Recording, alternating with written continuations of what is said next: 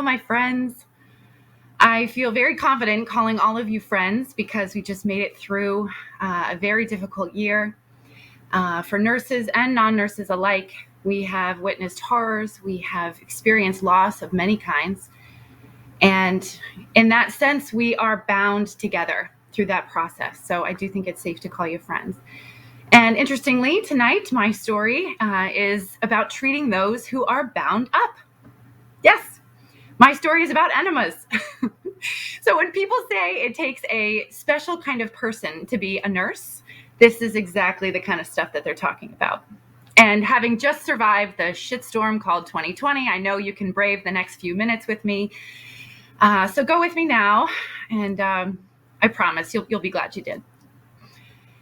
In the trenches, as a novice nurse, I had an altogether different kind of education than I had had in my undergraduate or even graduate studies. Learning how to carry out a skill in the order of a checklist feels very different in the classroom on a mannequin than it does in the real world, in a healthcare environment, on a real human being, especially if that skill involves forcing liquid into the rectum. It is this kind of in-the-field learning that is full of feedback of all kinds that produces really good stories. One of my best friends defines feedback as pain leaving the body. And if we're humble enough, we can say thank you to feedback and see it as a gift. And we can bring the treasures with us into the future. We can have gratitude for growth and growth with gratitude. So let me take you to the very beginning of my nursing career, which started working in the emergency department at a top pediatric facility where I realized that despite all of the hard work to date, I was still very much on the edge of a precipice. I was an eager 21-year-old who had just passed the boards, the NCLEX licensure exam, and now I was responsible for making assessments and performing interventions on the tiniest babies up through adolescence, and often in the very critical audience of their parents. I would wear my long brown hair tied up. I wore scrubs with Curious George and Dr. Seuss printed on them, and I had a brand new black stethoscope around my neck. So in this particular day, I was walking a patient back from the emergency room waiting room, and this sweet patient had very, very short black hair, round cheeks, and an oversized protuberant belly. I would have bet my first paycheck that this little guy had never consumed a vegetable in his entire 7 years on planet Earth, and that might have been of no consequence until today. Within 1 hour, the abdominal x-ray confirmed that this kid was in fact FOS, full of stool, and it confirmed what I had suspected all along, that he had an S-shaped brick of like amalgamated chicken McNuggets and French fries at the tip of his colon, making him very uncomfortable. This little guy won himself the famed milk and molasses enema, which was a common remedy in that ER for constipated kids.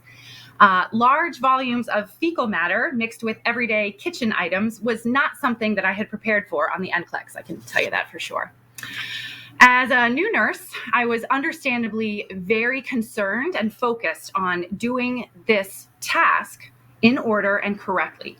So I had to learn things like how to microwave the milk and for how long, how to pour the molasses into the enema bag so it didn't get all over the counter. I had to learn how to explain to kids of varying ages why it was okay this time to put something in their bottom on purpose, when otherwise that was a big no-no, and we frequently taught kids that in the ER.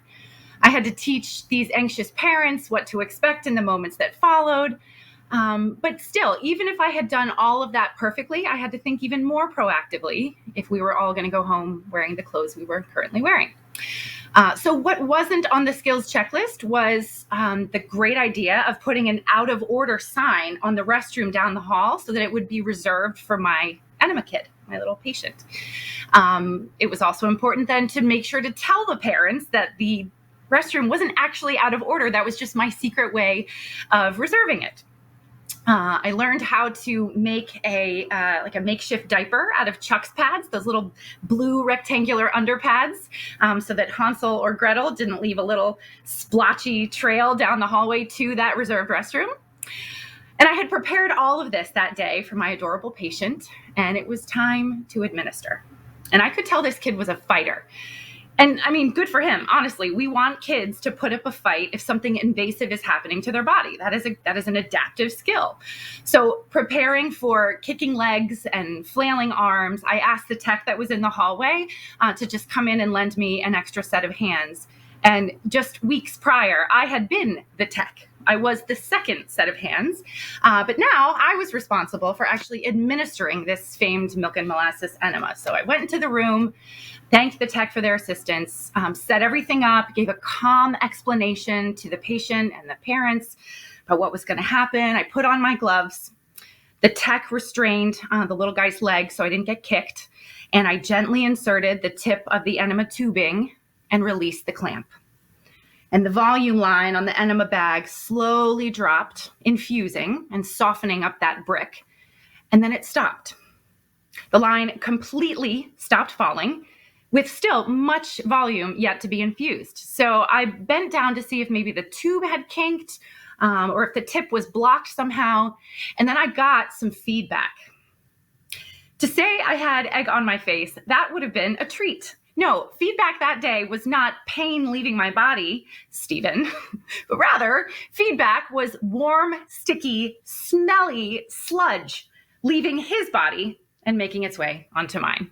Oh, I had performed that skill correctly, all right, and achieved the results that we were aiming for.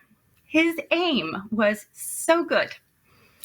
I didn't even see it coming because honestly, the feedback was already covering my eyes. So what do we say to feedback? Thank you. Gratitude for growth, growth with gratitude.